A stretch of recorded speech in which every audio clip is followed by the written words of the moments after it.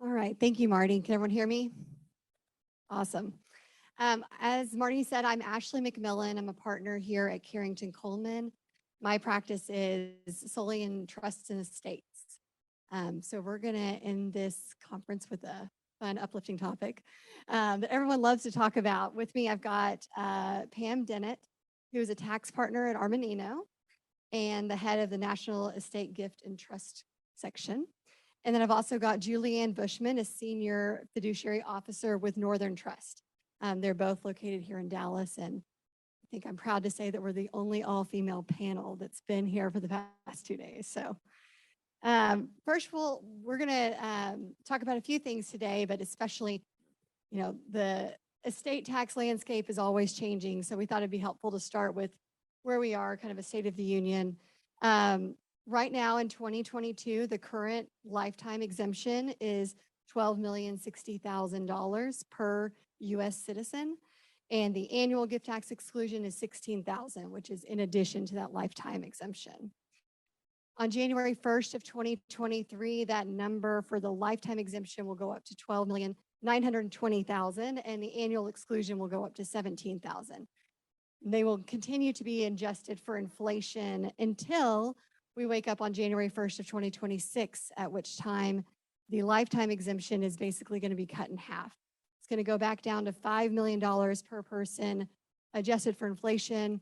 Best guess, we're going to end up around $6 to $7 million per person. So as you can see, it's volatile, it's changing, it's going to continue to change for the rest of all of our lives, and it's a fun game to play to try to figure out how to best maximize your exemptions and accomplish all your estate planning goals. So Pam and Julie, starting with, with this fluctuating market, rising interest rates, and what we just talked about, the pending drastic reduction of the estate tax exemption, what are you guys seeing right now? What are you telling your clients that we should be looking at and thinking about? Well, this is, can you hear me? I mean, with this increase in the lifetime exemption, I mean, this is a big jump next year because of inflation. This is one of the largest jumps we've seen. So this is the time that we're going to encourage our clients to consider using that exemption while they have it. I mean, it is going to go down under the current law in 2026. So it's really a use it or lose it time right now. So we've been encouraging our clients to make gifts over the past 2 years, and we've seen that our clients are listening to us, at least at our firm, because of the volume of gift tax returns that we've done for 2020 and 2021. So we're going to continue now to encourage our clients to use this exemption, particularly when values right now across the board are lower. That is, I think one of the speakers before us said valuations are being clobbered. Well, that's actually a good time to start considering making gifts when valuations are low. Yeah, I want to just add to that. I agree with that. On the flip side of that, we have many clients then that get anxious, right? And they're wondering if they will have the asset sufficiency that they have been building up this last several years. So they get a little anxious. The good news is we have probably on our side a little bit of time to fund. We believe obviously everything evolves, but we're encouraging our clients to get their documents done. Whether they fund or not, get the plans in place now. Don't wait till the last minute. Don't wait for an event to occur, whether it's a personal tragic event, but we know 2026 could be considered a tragic event. So we want to make sure that our clients are meeting with their advisors, that they're getting their documents in place, that they're thoughtful, and they are not last minute. And then let's talk about the appropriateness and how to fund. Typically, documents, if they're considering doing a new trust, I mean, take, what would you say, Ashley, a good month or more to turn around? Absolutely. I mean, right now we're certainly looking at a month turnaround, and that's only going to get longer as the days go by. So absolutely. And the other thing that clients ask about a lot when making gifts of not so much cash and marketable securities, but if they're thinking about gifting an interest in an entity or a business, valuations. We get this question a lot. Do I need to get a formal business valuation for this gift. And our answer is it depends. If this is a significant gift where they're getting close to using up all of their exemption, and it's a closely held business, for example, or an entity, then yeah, I would say it definitely makes sense to pay the money to a valuation firm to get a proper business valuation, because you're going to report this gift on the gift tax return. And what you want is you want the statute of limitations to run on the gift tax return. So the IRS has 3 years from the date you file to come back in and question any values if you have adequately disclosed your gift. So the statute of limitations on a gift tax return, it's a little bit different than an income tax return. If you have not adequately disclosed this gift on the return, then the statute of limitations doesn't even run. So the IRS can come in 10 years from now or 20 years from now, or maybe they're going to come in when the donor passes away, and then they're going to question the value. So this term adequate disclosure is in the code, the IRS code and regs, and it has a specific meaning. And one way to meet the adequate disclosure requirement when you're gifting an interest in a partnership or a business or an entity is to hire a firm, a valuation firm, that will prepare a business valuation for gift tax purposes. So literally the report says, this report is a value of this business for gift tax purposes as of the date of the gift. That doesn't mean you can use a 409A valuation. That's not for gift tax purposes. So you really need to have one done for gift tax purposes. You attach that to the gift tax return, and then you have met the adequate disclosure requirement. Now, I wouldn't say for every single situation you need to do that. If you have an entity, maybe it's a small entity, you just want to gift to a trust for your kids, but there's no potential, true long-term upside. It's just a small gift. Maybe you follow, there's some points in the regs. You can have your accountant help you provide the proper documentation under the regs that will get close to adequate disclosure. And then you don't have to actually have a formal valuation done, but that requires attaching financial statements, maybe doing a net asset value of the entity, and describing it and having backup for the underlying assets in the entity. So it's, by the time you do all that, you're almost, you might as well pay for a proper valuation. So we think that in a lot of cases, it totally makes sense to start the process. You need the value to make the gift. So that's something you need to start working on now. And you might find a firm that will give you a number for the value in maybe about a month's time frame. But the report, you don't really need the report until next year when the gift tax return is actually filed. So you can wait on the report, but you need a number so that you can finish your gifting. Right. And that's important to think about, especially as we get up against the end of the year. We're getting to crunch time, and it happens faster than people think. Inevitably, it's a very busy time for this line of professionals here, the end of the year. But when you're looking at trying to get a valuation, like Pam said, 4 weeks, if you're lucky, in my opinion. If it's a hard to value asset, closely held businesses, you could be looking at a much longer lead time. And you're really, before you know it, your back's against the wall and it's December 31st. Yeah, I'll just further add, people don't think about it, but even mutual funds, to transfer mutual funds, it can take 3 to 4 weeks. So people are really disappointed when they find out, because they think it's as easy as moving a stock or cash, and it's not. So we're looking at advising all of our clients. We need to know now if they want to make gifts, whether it's to family or to charity. We've got to get going on it now with mutual funds. And not to talk anyone out of doing what we just told you to do, but there are some options available if you get into a real bind with defined value clauses and some creative estate planning techniques where basically you end up giving, I give, X% of my company that equals this dollar amount. And then you can come back and basically, ascertain that percentage once you know the value. That's not ideal.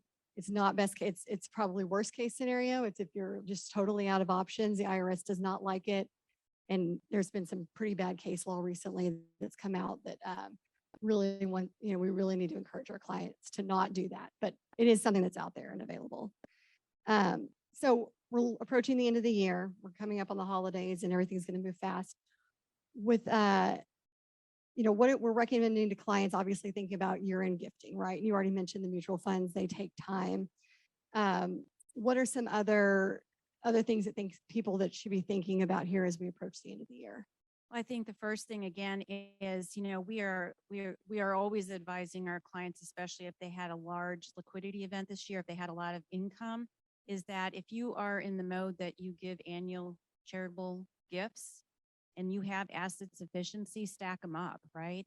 Stack them up to match up and have that deduction in this year. Donor advised funds are really easy to set up. Those you can do pretty quickly.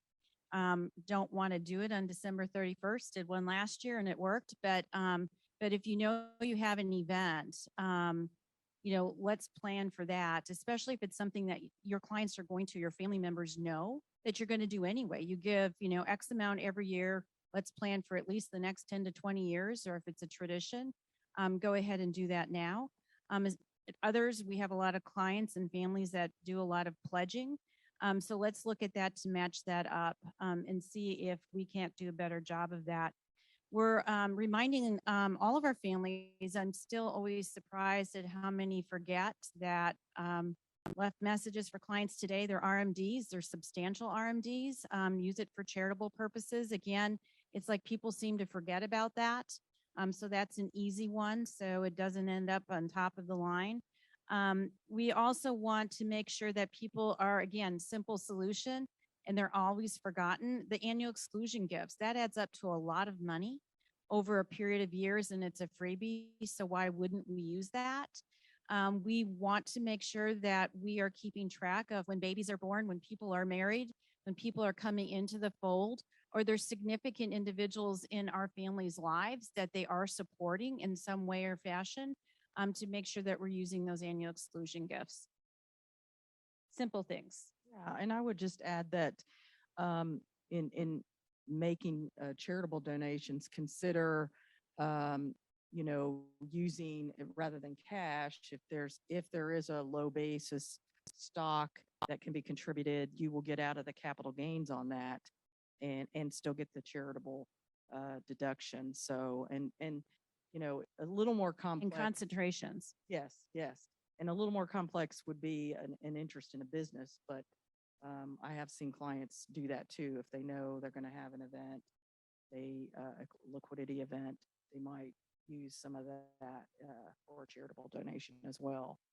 Absolutely. And to piggyback off of that, just anytime there's business succession or the liquidity event coming up, the more time ahead of time you can let your estate planning attorney know and your financial planners know, the better planning that they can do for you.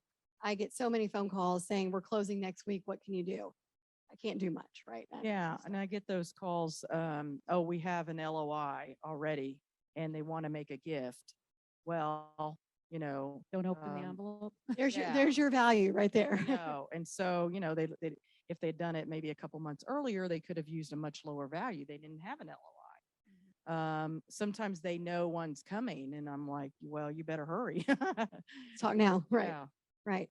And as things, like I said, the fluctuating market, the rising interest rates, just be aware that all of those things come into play with your estate plan, and things that weren't attractive, maybe when you talked to your estate planning attorney 4 years ago, are now good options or better options. And perhaps the planning done then, while it was super effective then and the right plan then, there may be additional things that you can add on now that are just different, because as interest rates change, different techniques become more effective, right? Before we were always talking about, in the low interest rate environment, you're talking a lot about intrafamily loans, gifts and sales to intentionally defective grantor trusts, CLATs. And it just changes as the interest rates go up. And not that we're in a high, I wouldn't say high interest rate environment, but as it gets higher, the tables turn. Yeah, they're still low enough though that if that interest rate is your threshold that you need to beat to get the appreciation out. It's still doable. So, you know, a sale to a defective trust or a grantor retained annuity trust, you know, the threshold now is a little higher to beat to get that appreciation out, but it's still low. Well, where we were, we basically couldn't trip over the hurdle. So Right. That is it true. was a no-brainer. Now we have to be a little bit more thoughtful about it, but I agree, it's still an extremely great tool to use. I'm old enough to know that interest rates in 1981, mortgage rates were 20 and 21%. So I'm keeping it in perspective. There's still a lot of tools to use, and we need to take advantage of them before interest rates really do get high. Absolutely. Absolutely. And Julie, what are your thoughts on insurance, life insurance products? Well, as I see one of my favorite insurance people in the audience is, I think ILETs are going to make a comeback over the next couple of years. It's been kind of quiet. I mean, they still are utilized for very specific purposes. Business owners makes a lot of sense. Family with non-liquid assets, people with multiple different generations or different families that have been sewn together, shall we say, that we're trying to make sure that everything is equitable at the end of the day. As some family members may or may not be involved with a business, or there are children from different marriages. And so life insurance will always be there. But I think with the exemptions potentially going down, cutting in half, I think that that's going to be even an easier route to go back to ILETs, where it's an easy way to create liquidity, do it properly. We need to make sure it's done properly. A trust purchased the policy. Individuals should not be purchasing the policy, and we can go through all the rules of that. But keep it out of the gross estate and have those assets available for those that you want to leave your legacy story to, and remove this from the estate tax field. Absolutely. And I'm glad you brought up the importance of doing it correctly with the ILETs. I can't tell you how many 1990 something ILETs I've looked at and talked to clients, and not one of them, I mean, it's a rare gem to find one that was actually handled properly over all these years. And they've paid 30 years of premiums, and, we're going to fix it the best we can, and we're going to hope it works. But And you really, you need to understand that when you transfer cash to make those premium payments, that's a gift. I just went through an estate tax audit on a estate tax return that I wasn't the preparer on, but it turned out that there were unreported gifts because there was a life insurance trust out there, and every time the decedent had transferred cash to the trust, that it was a gift, which was they never reported them. Yes.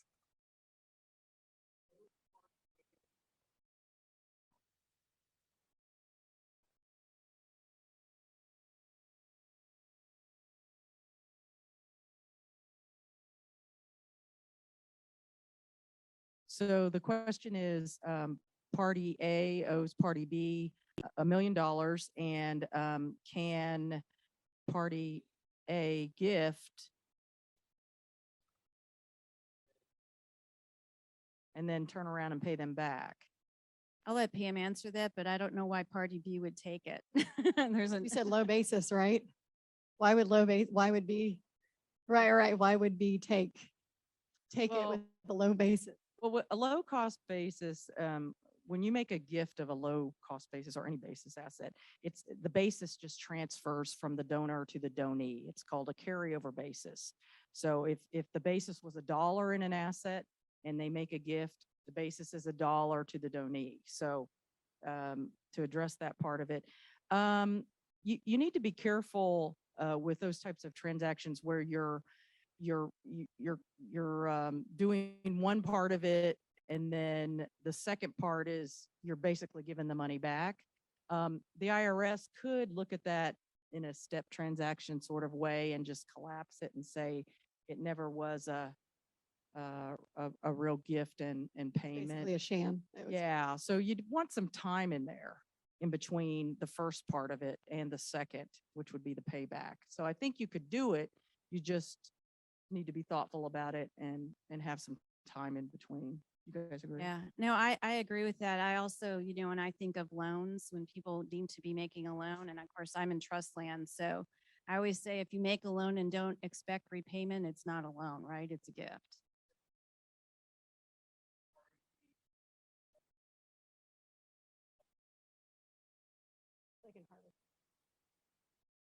party B when they sell it? Well, you could always make gifts to another party, and you're going to use your lifetime exemption when you make the gift, and then the other person could sell it This is and This you is know. to pay off the loan, though. I would wonder, though, the $1 million worth of mutual fund is not really worth $1 million. I would think that Party A was making a partial gift to Party B in that regard. But leave that up to Pam to figure that one out. Yeah, good question. Okay, well, we have kind of a laundry list and it's kind of a hodgepodge of tips and things we wish all of our clients knew and would think about and take notice of. So kind of in no particular order, we'll kind of jump around here a little bit, but Pam, I'll start with you. With the Secure Act of 2019, retirement account planning was really turned on its head. What are you having your clients look at and think about when it comes to traditional retirement accounts, Roth accounts, and things like that? Mhm. So traditional IRAs for, ultra high net worth individuals are not the best asset to leave to the next generation because they're not only subject to estate tax in the estate, but the beneficiary will be taxed on has to pay income tax when the assets are distributed out of the IRA. So they're not the greatest asset to leave. So a lot of times we talk about, if the client is charitable, that's a great asset to leave to charity. And or that's a great asset to just use during your lifetime. Okay, there's an income tax hit, as you use it, but it's just not the greatest asset to leave to the next generation. Now, with the market being so low, this is a good time to consider doing a Roth conversion. So converting a traditional IRA to a Roth, if you can stomach paying the income taxes on that conversion now out of other money, don't take it out of the IRA because that's a double whammy. But if you have other money to do the conversion, that conversion, that those laws were out there to be potentially, done away with. So they may eventually do away with the conversion. So this is an opportunity to still do them. Markets are low, convert the IRA to a Roth, pay the tax, then it grows income tax free. When it's left to a beneficiary, they don't even have to touch it for 10 years and it's still growing income tax free. And as you all know, there are not many vehicles out there anymore that have, income tax free growth. Yes, question.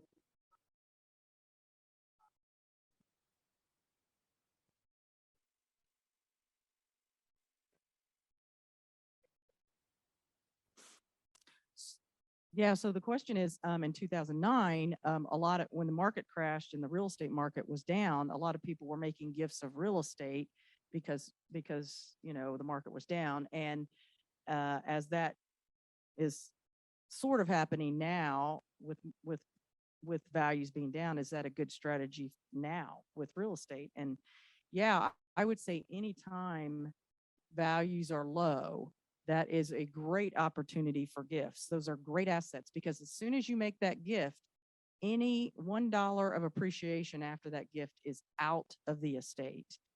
And so low value assets are Get a lot of bang for your buck. Yeah. Right. You use, if you've got an asset that 2 years ago was worth 1.2 and is down to 1, and you can move it out for 1 million and it's going to appreciate from there.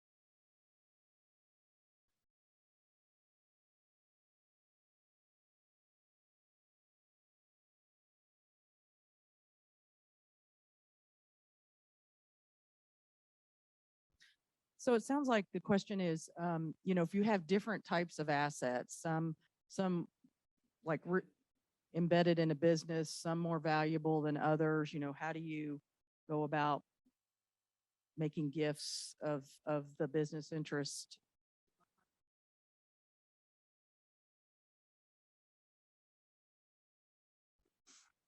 Mm-hmm.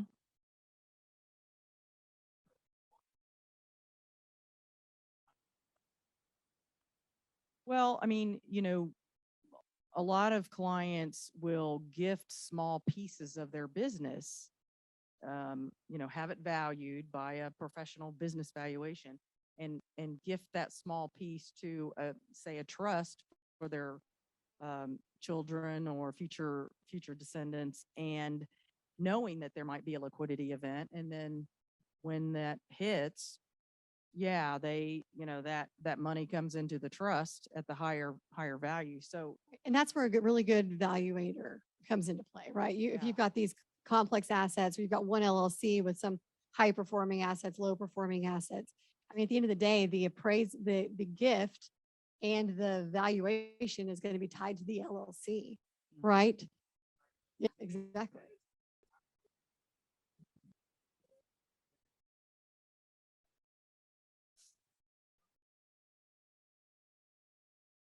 Right.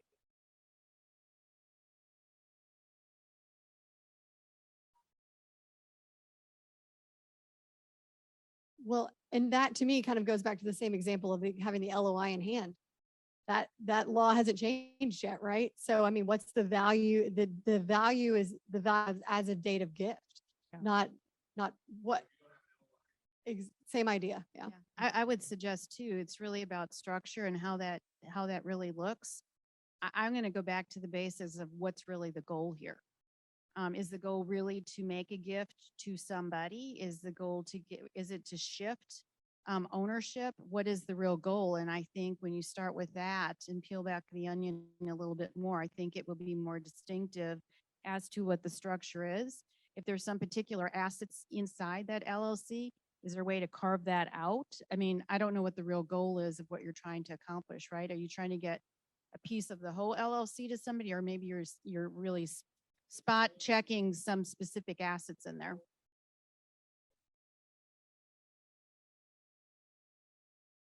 Mm-hmm.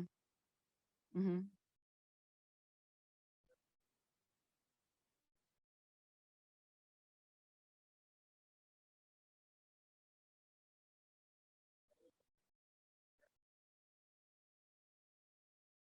Right. So if you're trying to transfer wealth, it makes sense why it's still the five and dime, right? Mhm. And so again, it's a very thoughtful process. It's what is the goal, and then working with your advisors, making sure that you're doing it in a very thoughtful fashion, and something that can't turn into a step transaction or anything that's going to diminish what you're trying to accomplish. Time is on your side doing that. We've got 2 years, guys. Exactly.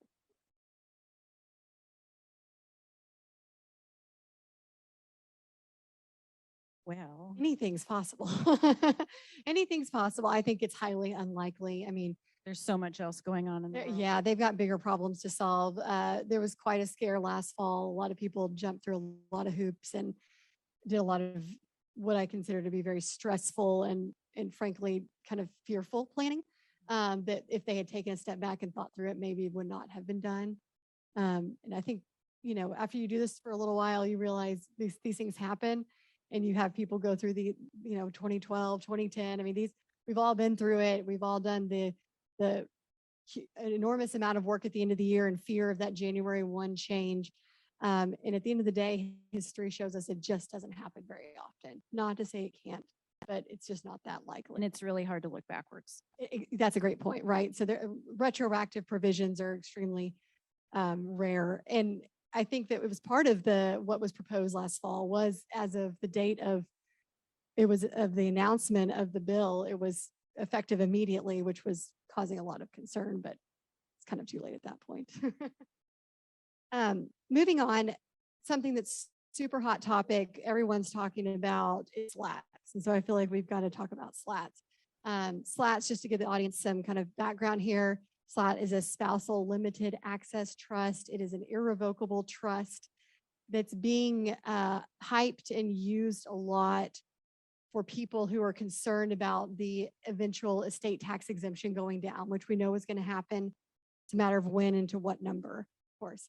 So the IRS has come back and issued regulations stating that if you use the exemption amount that was in place the year of the gift, they can't come back later and try and claw back tax. So for example, $12 million exemption this year. If I make a $12 million gift, but the year I die, there's only a $6 million exemption, the IRS can't claw back and say you overgifted by $6 million and I'm taking 40% of it. So great regulation from the IRS gives us a lot of comfort to make big lifetime gifts now very common. And slats is one of those vehicles that people are using when they're concerned about being cut off from the cash flow that they're gifting. So they basically take their assets and make a gift to their spouse in an irrevocable trust. What are you guys seeing? What are the concerns that you guys have about those? We're seeing a lot. We saw them starting in 2012, right? We're seeing a lot. So the advisors will share, don't do them in the same month. 2 different tax years are great, different documents, different beneficiaries, different terms, different assets, right? It's a process. It's not a slam dunk, but we are seeing a lot of them. I would suggest that we're really encouraging our clients not to be so fearful that they're putting everything they have that they need to live on inside these trusts. If you're using lifetime exemption, it's a real valuable exemption. It's 40%. It could go up to 50. Who knows? I've seen higher in my age, but you wouldn't put assets into an irrevocable trust if you think you need to consume them. So if you need these assets to consume, you're wasting your exemption. That said, it is a clear-cut way to include those that you would be supporting anyway and putting assets and just kind of putting them away in the closet and say, I've used my exemption. Of course, the caveat is, as we talked about earlier, is the whole plan is you are happily married and don't plan on getting a divorce because it is a completed gift. We will see that and witness to it. Had a slat done in 1 year and the plan was the other spouse was going to create the slat for the spouse, right? The other spouse the next year, but all of a sudden there was a divorce, right? So one spouse got a slat for their benefit and one spouse did not. You really need to know what the story is. You need to know what's going on. They can be incredibly valuable. We are seeing a lot of slats that are really there with the spouse as a beneficiary, but it's really meant for the next generations.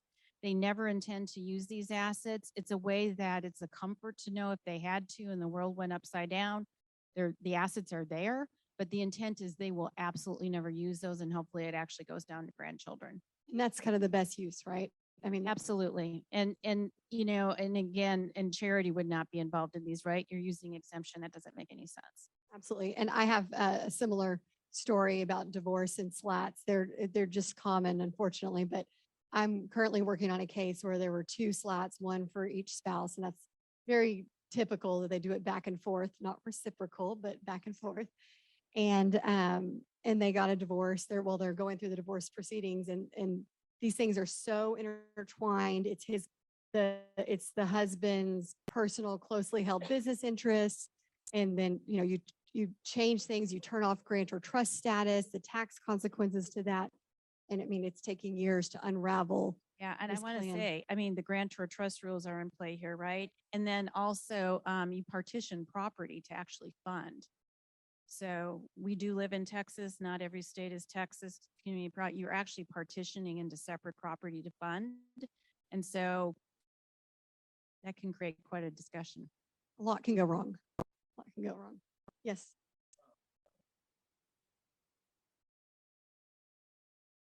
Well, that's a great question. So, I should defer to you.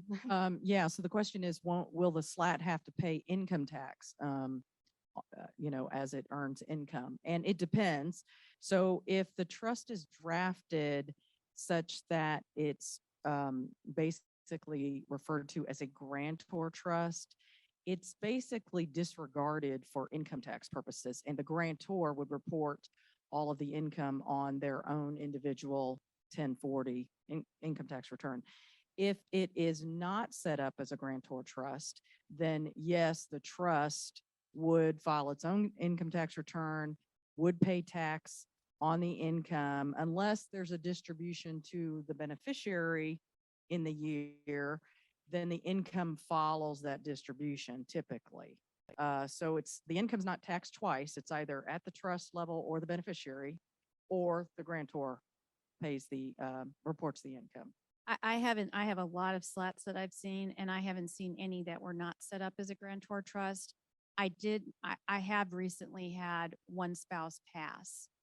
So that particular trust that she was the grantor is now a traditional irrevocable trust for tax purposes. So that's a non-grantor trust, and it would require its own income tax return and report the income, and then possibly pay the tax unless there's a distribution to the beneficiary, at which time the beneficiary would get a K-1 similar to a partnership and report the income on their own individual return.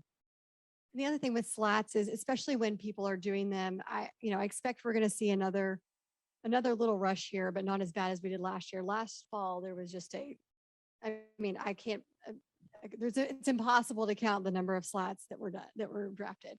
But when that happens and people are doing that in a fearful manner, funding is so often done hastily and without intention. And that can just create literally years of issues, tax issues, ownership of business interests. I was working on a case actually with George where SLAT got funded improperly. And I thought it was this interest. I thought it was that interest. Oh, good luck. You reported that to the IRS. So, that kind of planning can be really dangerous. And you need to slow down and think about, if I make this gift to this trust, what does that do to my interest in the business? How does that income flow going thereafter? If there is a liquidity event, where does all of where do the funds end up, and how does the tax look on that? Yeah, and do my kids end up being wealthier than me? Well, and people are putting in interests that are the cash flow cows for the family, right? And they've been utilizing this cash flow, but now it's owned by the SLAT. And who are the beneficiaries? And are the beneficiaries tiered? Are they all kind of a pot trust, which I don't like to begin with? That's a bad one. But really, to the point, it's not necessarily thoughtful. A lot of these will have substitution powers, but that creates another whole conversation. But the thoughtfulness of funding is needed. We have found too where people thought deeds were prepared or assignments were done, and they just were wrong.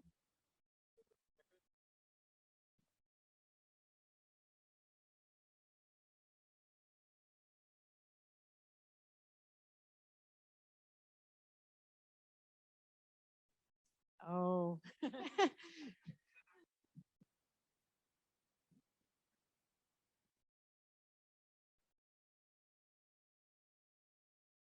Yeah, trustee selection is hard. I'll pass this one to Julie because she's definitely it's a tough one. You're drafting these. I'm an advocate of the use of trusts, and if it is a large family, significant wealth, I will never understand why someone would choose an individual as a trustee. I don't know why that individual would accept the position as trustee if we start there.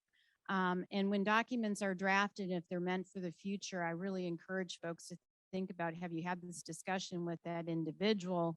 Is this something they actually feel that they can serve? Do they want to? Will they be available? Do they have the wherewithal to do it? And, the professionalism to carry it out with the family.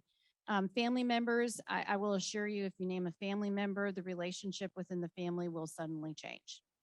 Annie M is no longer Annie M. She has the purse strings, right? The discussion around the table at holidays will be different. When you have different beneficiaries and different needs, people will never see it as fair decisions. I would also suggest that you can name an individual now that you have complete confidence in. You have no idea if they will have a tragic event the next day and they will not be here. Who's your backup? Who's going to know the history? I am an advocate for corporate fiduciaries.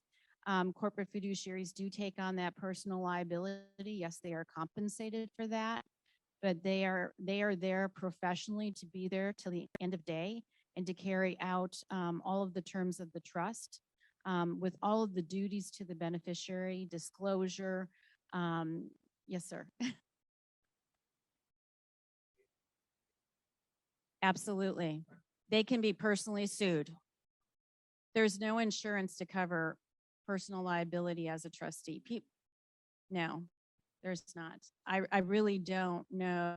And most of the individuals that are named are not compensated. It's usually deemed to be something nice that you're doing, like letting somebody's pet out when they're gone for the week. It's not like that. It is absolutely personal liability. And the stories that you hear about, people get sued and they're ugly.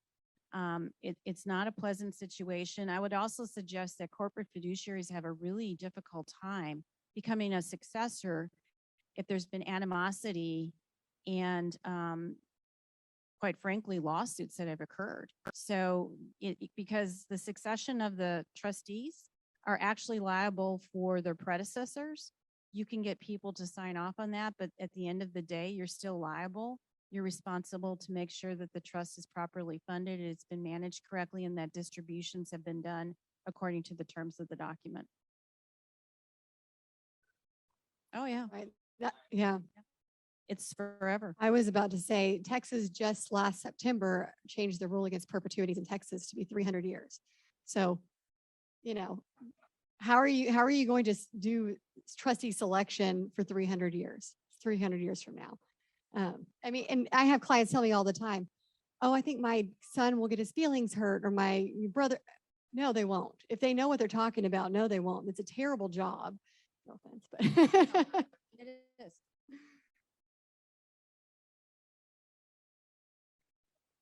Their families. Mhm.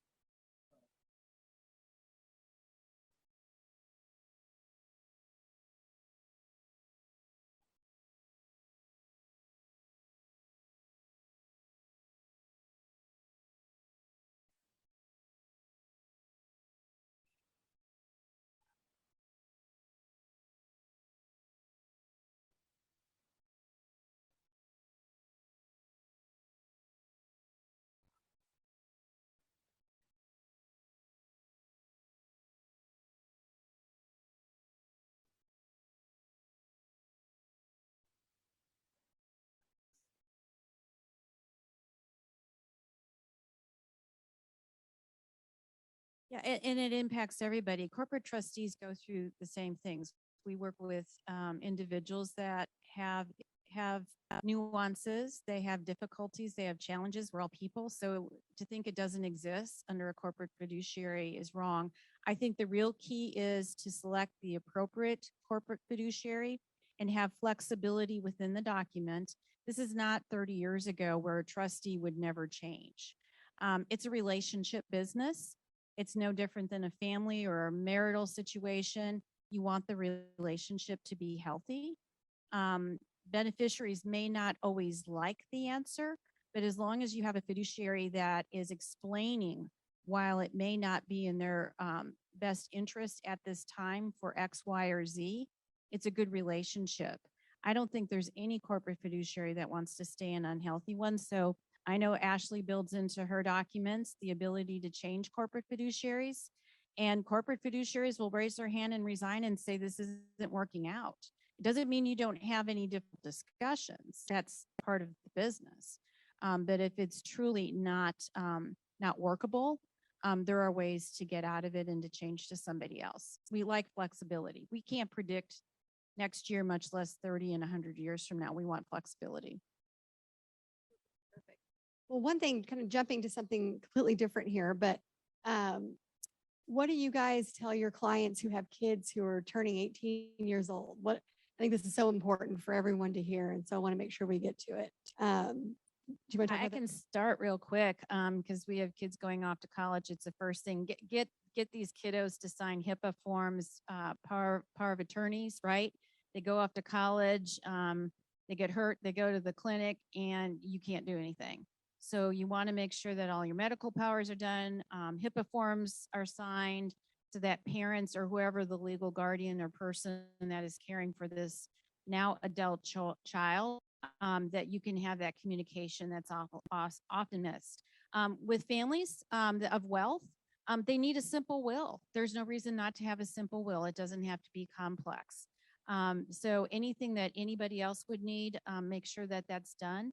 I'm going to throw one in that we didn't talk about. It's really got nothing to do with estate planning, but I always think of, especially with families of net worth and kiddos get their car, they're 18. I would really encourage, don't put the title in your name. Those kids don't own any assets. If they get into a car wreck and liability, they're going to go after the owner, right? As much as we don't want that car title in our son or daughter's name at 18, if you have significant net wealth that is at jeopardy, if they have an accident, I'd put it in the kid's name and get insurance for them.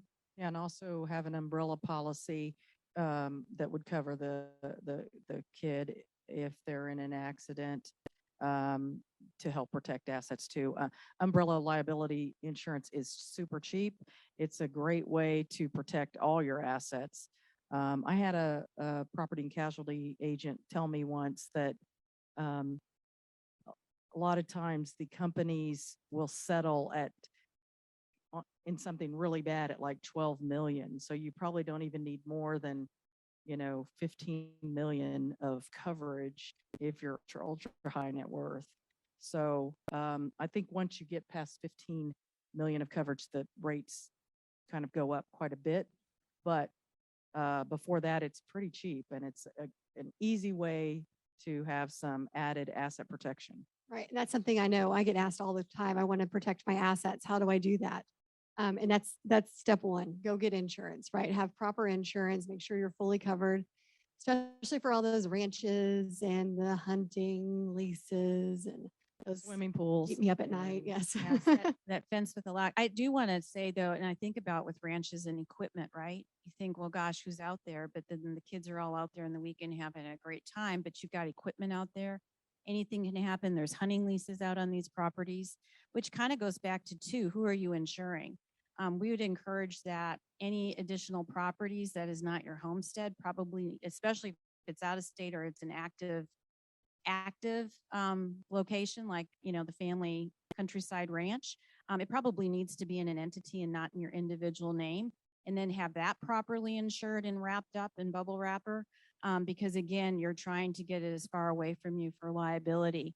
Out of state properties, anything out of state, wherever you live, you really want to use entities in the event something, one happens, and two, if there's a passing, that you avoid probate, hopefully in the state that you don't actually reside in. Rental properties too, 100%. absolutely need to be in separate entities. All of them. Absolutely. And speaking to Julie's point about LLCs and out-of-state properties, it's also beneficial because you can escape state estate tax, right? Because you've converted a real property in another state to a personal property. And sometimes that removes it from their jurisdiction from state estate tax. So really powerful planning that you can do with some simple LLCs. Sure. You want to? I'll start. Plan ahead, be thoughtful, consider the use of corporate trustees. I have to say that, but I sincerely believe in that for the long term. Have conversations, be inclusive with all of your advisors. We all hear and think a little bit differently during a conversation, and different things will resonate, but together as a group, we are very collaborative, and it's one-off conversations never end up with the best result. Yeah, definitely echo that. My clients get served the best when the accountant, the lawyer, the investment advisor, we're all on the team giving advice because we all look at things differently. So definitely echo that. And then I would just, year end is almost here. So year end tax planning, income tax planning is something we all should be talking about right now. And obviously estate planning and using that exemption. Yeah, I would say this is going to be more my hope for 2023, which is that people get their estate plans done. The amount of money that you'll pay to your attorney to settle your estate when you don't have a will versus having a will is the delta is ridiculous. So I'd be a better business person if I didn't tell you that. But I want everyone to have their estate plans done and done properly. And also just to double check your beneficiary designations. I know we had talked about that in preparing, but I think it's so important. People think that they know what their beneficiary designations are. And so often it's not true. I think Julie even said, assume that they're wrong. So go look at them. They may not be consistent with your dispositive plans or with the rest of your estate planning. And to the extent they're different, they trump your estate plan. So it's very important to look at those. Remember, children under 18, right, can't own assets. So if you're leaving it to your children and you name them, there's going to be a guardianship involved. You just don't want that to happen. Thank you so much, Marty.